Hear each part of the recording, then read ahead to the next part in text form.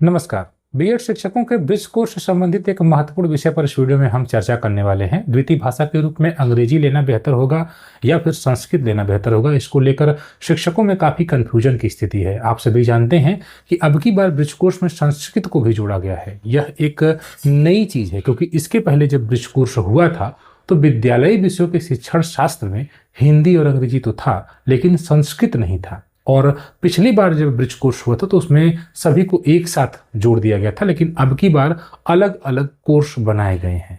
ऐसे में शिक्षकों के मन में संस्कृत को लेकर दुविधा इस बात को लेकर के है कि क्या उत्तर पूरा संस्कृत में लिखना होगा। तो ध्यान दीजिएगा, हम इसी पर चर्चा करने वाले हैं। अब की बार ध्यान दीजिएगा, 25 अंक की आपकी परीक्षा होगी, 1 घंटे की परीक्षा होगी।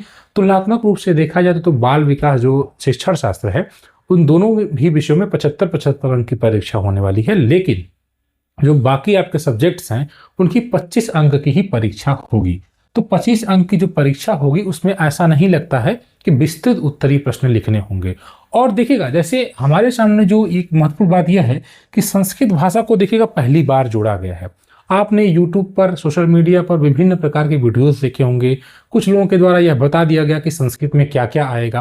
वो तमाम चीज़ें हैं, वो अटकलें हैं, लेकिन हकीकत क्या है इसको आपको गहराई से समझने की ज़रूरत है, जानने की ज़रूरत है। पहली बात तो यह है कि संस्कृत जो है अभी तक नहीं जोड़ी गई थी, अब की बार जोड़ी गई है। ऑफिशियल सिलेबस जारी हुआ उसमें भी कहीं पर संस्कृत का नाम नहीं था।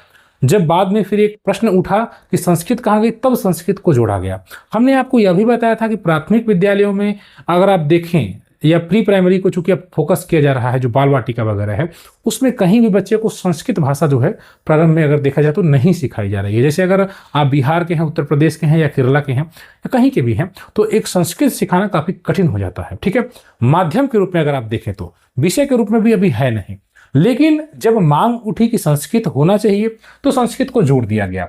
तो अभी स्थिति यही है कि इसके पहले कभी संस्कृत जुड़ी नहीं थी, अब की बार संस्कृत जोड़ा गया। दूसरा यह कि विस्तृत उत्तरीय प्रश्नों के उत्तर देना। जैसे हमने आपको एक बात बताई थी कि संस्कृत का उत्तर संस्कृत में नहीं देना है। कुछ लोगों के द्वारा एनआईयूएस को फोन किया गया, एनआईयूएस ने बोला देना होगा।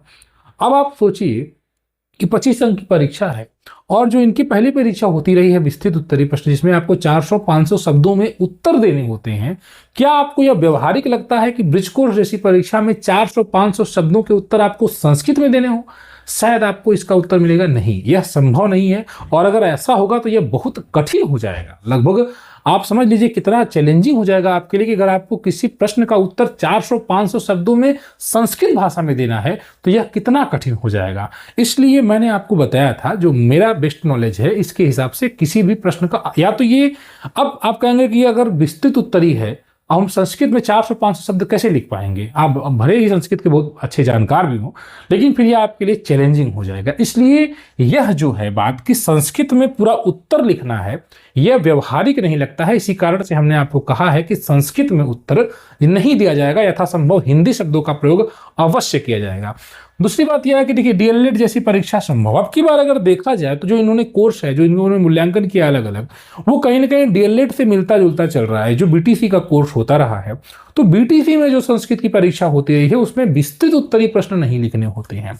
कहने का मतलब यह है कि अगर मान लीजिए कि ये संस्कृत का माध्यम पूरा संस्कृत में आपको उत्तर लिखना भी हो गया तो फिर विस्तृत उत्तरीय नहीं रहेगा। यह भी आप एकदम श्योर हो जाइए, निश्चिंत हो जाइए इस बात को लेकर। ठीक है, क्योंकि मुझे या किसी को भी लगेगा कि 600-700 शब्दों में उत्तर लिखना व्यवहारिक नहीं है। और आप चूंकि अब की बार जो उनका सिलेबस और जो पैटर्न इन्होंने बनाया है वो कहीं ना कहीं डीएलएड को ही कॉपी कर रहे हैं, तो डीएलएड में जिस प्रकार की परीक्षाएं होती रही हैं उम्मीद है कि उसी प्रकार की परीक्षा होगी। और उस प्रकार की परीक्षा होगी तो फिर आपको 1 लाइन 2 लाइन में उत्तर लिखने होंगे और तब आप संस्कृत जैसे शब्दों का प्रयोग, संस्कृत भाषा के शब्दों का प्रयोग आसानी से करके उत्तर दे सकते हैं। तो यह फिर आपके लिए आसान हो जाएगा। तो अब ये आने वाले समय में निर्धारित होगा कि ये संस्कृत का या किसी भी भाषा का पेपर किस प्रकार से लेंगे। अभी तक इन्होंने कहा है कि आपको 75 अंक की ये परीक्षा देनी है, 25 अंक की ये परीक्षा देनी है। वह परीक्षा किस प्रकार से होगी ये पूरा क्लियर नहीं किया गया है।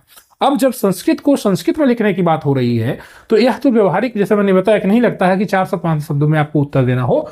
इसलिए यह हो सकता है कि डीएलएड जैसी परीक्षा होगी, जहां 20 नंबर 25 नंबर की परीक्षा डीएलएड में भी होती है, वही चीज यहां पर ये लेकर आएंगे। और आपको ऑप्शनल हो सकता है, वैकल्पिक कुछ प्रश्न हो जाए, हो सकता है अतिलघु उत्तरीय प्रश्न हो जाए, हो सकता है कुछ और थोड़े बड़े प्रश्न हो जाए, लेकिन बिल्कुल जो पिछले वर्षों का पैटर्न रहा है ब्रिज कोर्स का, जिसमें आपको काफी लंबे लंबे उत्तर लिखने होते हैं, वो नहीं करना होगा, आप इसको ध्यान दीजिएगा। सिर्फ संस्कृत का प्रयोग करना आसान नहीं, मैंने फिर वही बात यहाँ पर लिखी है कि आप देखिए, हो सकता है कि हिंदी शब्दों के संस्कृत आपसे पूछे जाएं।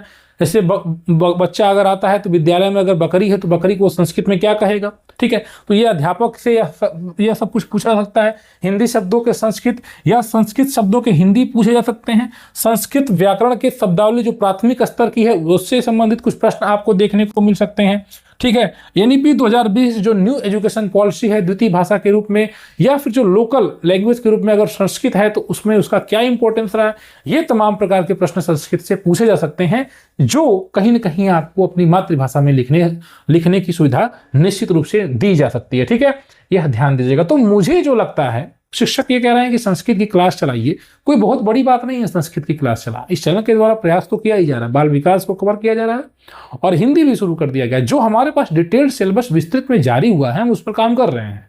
संस्कृत का सिलेबस अभी इन्होंने जारी नहीं किया है, पैटर्न पूरा बताया नहीं है। आपके पास समय है, आप इस चैनल से जुड़ें और आपको जो क्लासेस प्रोवाइड की जा रही है आप उसे धीरे धीरे देखते जाएं। यकीन मानिए आपको बेहतर कंटेंट प्रोवाइड किया जाएगा, बेस्ट देने का प्रयास किया जा रहा है। लेकिन संस्कृत अभी इसलिए नहीं शुरू किया जा रहा है कि संस्कृत पर अभी इनके मार्गदर्शन की हमें आवश्यकता है, और अगर कोई आपको कुछ भी भ्रम में बनाकर कुछ भी बता दे रहा है तो फिर वो आपको दुविधा में डाल रहा है। इसलिए आप संस्कृत को लेकर थोड़े इंतजार, अगर आप थोड़ा सा इंतजार करें, या संस्कृत या अंग्रेजी में अपने आप को जिसमें आप बेहतर पाएं, अंग्रेजी में भी इसी प्रकार की शब्दावली होंगी, इसी प्रकार से 25 अंक की परीक्षा होगी, उसमें भी आपको 500-600 शब्द अंग्रेजी में नहीं लिखने होंगे। यह बहुत कठिन हो जाएगा। अगर इस प्रकार से होगा तो फिर ये शिक्षकों के साथ बहुत बड़ा अन्याय हो जाएगा। इसलिए ऐसा हमें लगता है कि सरकार या एनआईओएस नहीं करेगा। परीक्षा का प्रश्न पत्र पहले जैसा संभव नहीं होगा, बीटीसी जैसी परीक्षा होगी। यही पूरा का पूरा आपको संस्कृत में समझना है या हिंदी या अंग्रेजी किसी भी भाषा में समझना है। बाकी जो पेडागॉजी है, जो शिक्षण शास्त्र है, उस पर आपको काम करना है, वो आपका आवश्यक तत्व है जो कि आपको जानना चाहिए, ठीक है। तो इस वीडियो में मैंने संस्कृत का जो भ्रम है, डर है शिक्षकों के मन में, उसको हकीकत जो मुझे समझ में आ रही है आपको बताने का प्रयास किया है। फिलहाल इस वीडियो में इतना ही। ब्रिज कोर्स की तैयारी कर रहे हैं तो आप हमारे चैनल से जुड़ें, ज्वाइन करें।